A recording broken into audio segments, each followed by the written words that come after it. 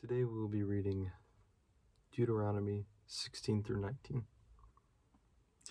Chapter 16, the Festival of Passover. Set aside the month of Abib and observe the Passover to the Lord your God, because the Lord your God brought you out of Egypt by night in the month of Abib.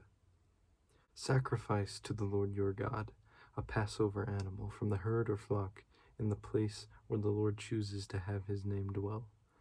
Do not eat leavened bread with it. For 7 days you are to eat unleavened bread with it, the bread of hardship, because you left the land of Egypt in a hurry, so that you may remember for the rest of your life the day you left the land of Egypt. No yeast is to be found anywhere in your territory for 7 days, and none of the meat you sacrifice in the evening of the first day is to remain until morning. You are not to sacrifice the Passover animal in any of the towns the Lord your God is giving you. Sacrifice the Passover animal only at the place where the Lord your God chooses to have his name dwell. Do this in the evening as the sun sets, at the same time of day you departed from Egypt. You are to cook and eat it in the place the Lord your God chooses, and you are to return to your tents in the morning. Eat unleavened bread for 6 days. On the 7th day, there is to be a solemn assembly to the Lord your God. Do not do any work.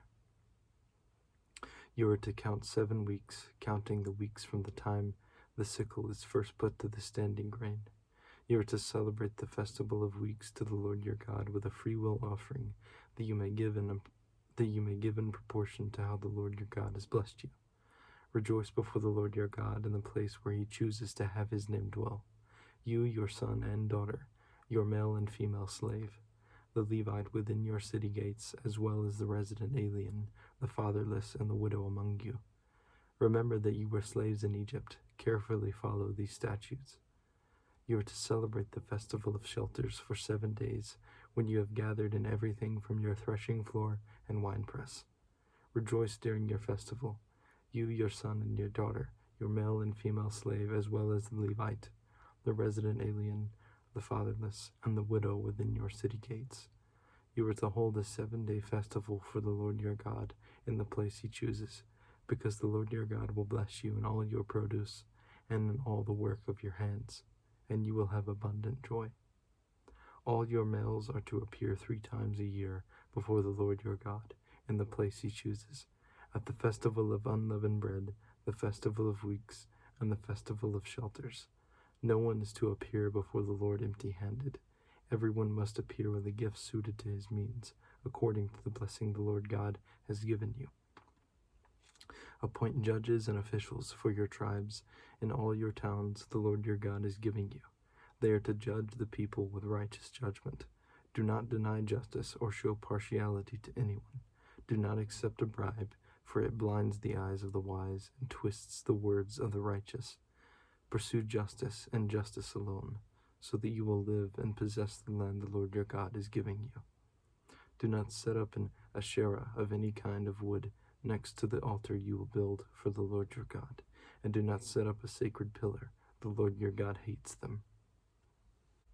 Chapter 17. Do not sacrifice to the Lord your God an ox or sheep with a defect or any serious flaw, for that is detestable to the Lord your God. If a man or woman among you in one of your towns that the Lord your God will give you is discovered doing evil in the sight of the Lord your God, and violating his covenant, and has gone to serve other gods by bowing in worship to the sun, moon, or all the stars in the sky, which I have forbidden, and if you are told or hear about it, then investigate it thoroughly. If the report turns out to be true, that his detestable act has been done in Israel, you are to bring out to your city gates that man or woman who has done this evil thing, and stone them to death. The one condemned to die is to be executed on the testimony of 2 or 3 witnesses. No one is to be executed on the testimony of a single witness. The witness's hands are to be first in putting him to death, and after that the hands of all the people. You must purge the evil from you.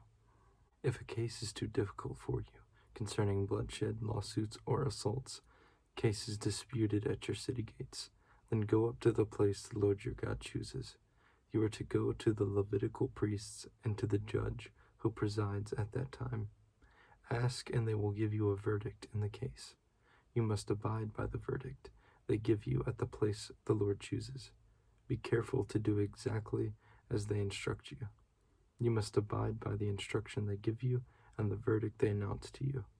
Do not turn to the right or to the left from the decision they declare to you. The person who acts arrogantly, refusing to listen either to the priest who stands there serving the Lord your God or to the judge, must die. You must purge the evil from Israel. Then all the people will hear about it, be afraid, and no longer behave arrogantly. When you enter the land the Lord your God is giving you, take possession of it, live in it, and say, I will set a king over me, like all the nations around me. You are to appoint over you the king the Lord your God chooses. Appoint a king from your brothers. You are not to set a foreigner over you, or one who is not of your people. However, he must not acquire many horses for himself, or send the people back to Egypt to acquire many horses, for the Lord has told you, you are never to go back that way again. He must not acquire many wives for himself, so that his heart won't go astray. He must not acquire very large amounts of silver and gold for himself. When he is seated on his royal throne, he is to write a copy of this instruction for himself on a scroll in the presence of the Levitical priests. It is to remain with him, and he is to read from it all the days of his life, so that he may learn to fear the Lord his God, to observe all the words of this instruction, and to do these statutes. Then his heart will not be exalted above his countrymen. He will not turn from this command to the right or the left, and he and his sons will continue reigning many years in Israel. Chapter 18.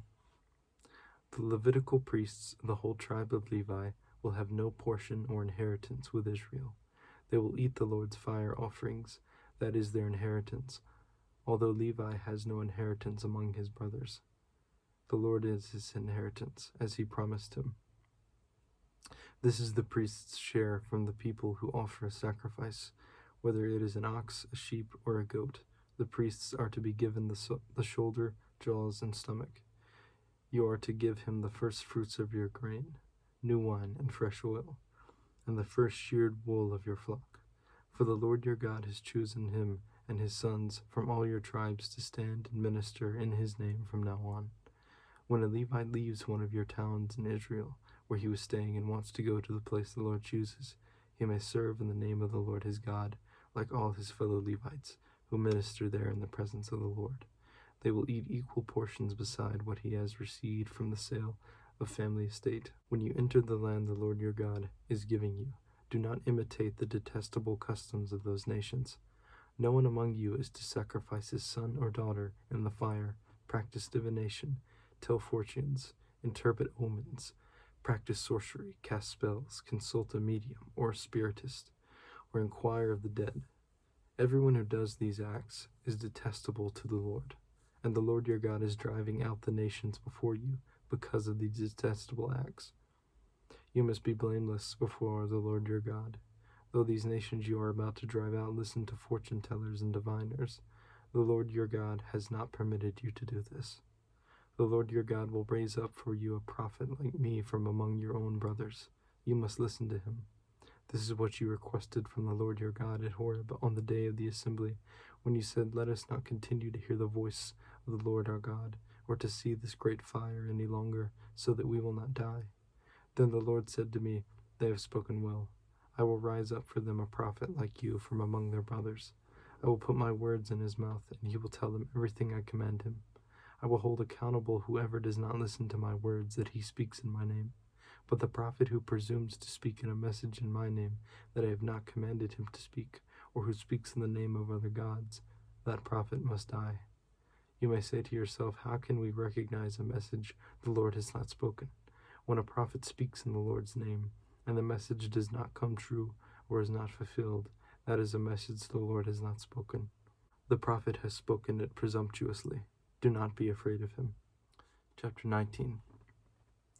When the Lord your God annihilates the nations whose land he is giving you, so that you drive them out and live in their cities and houses, you are to set apart 3 cities for yourselves within the land the Lord your God is giving you to possess. You are to determine the distances and divide the land the Lord your God is granting you as an inheritance into 3 regions, so that anyone who commits manslaughter can flee to these cities. Here is the law concerning a case of someone who kills a person and flees there to save his life, having killed his neighbor accidentally without previously hating him. If, for example, he goes into the forest with his neighbor to cut timber, and his hand swings the axe to chop down a tree, but the blade flies off the handle and strikes his neighbor so that he dies, that person may flee to one of these cities and live. Otherwise, the avenger of blood in the heat of his anger might pursue the one who committed manslaughter, overtake him because the distance is great, and strike him dead. Yet he did not deserve to die, since he did not previously hate his neighbor. This is why I am commanding you to set apart 3 cities for yourselves. If the Lord your God enlarges your territory, as he swore to your fathers, and gives you all the land he promised to give them, provided you keep every one of these commands I am giving you today and follow them, loving the Lord your God and walking in his ways at all times, you are to add 3 more cities to these 3. In this way, innocent blood will not be shed, and you will not become guilty of bloodshed in the land the Lord your God is giving you as an inheritance. But if someone hates his neighbor, lies in ambush for him, attacks him, and strikes him fatally, and flees to one of these cities, the elders of his city are to send for him, take him from there, and hand him over to the avenger of blood, and he will die. Do not look on him with pity, but purge from Israel the guilt of shedding innocent blood, and you will prosper. Do not move your neighbor's boundary marker, established at the start in the inheritance you will receive in the land the Lord your God is giving you to possess. One witness cannot establish any iniquity or sin against a person. Whatever that person has done, a fact must be established by the testimony of 2 or 3 witnesses. If a malicious witness testifies against someone accusing him of a crime, the 2 people in the dispute are to stand in the presence of the Lord before the priests and judges in authority at the time. The judges are to make a careful investigation, and if the witness turns out to be a liar who has falsely accused his brother, you must do to him as he intended to do to his brother. You must purge the evil from you. Then everyone else will hear and be afraid, and they will never again do anything evil like this among you. Do not show pity.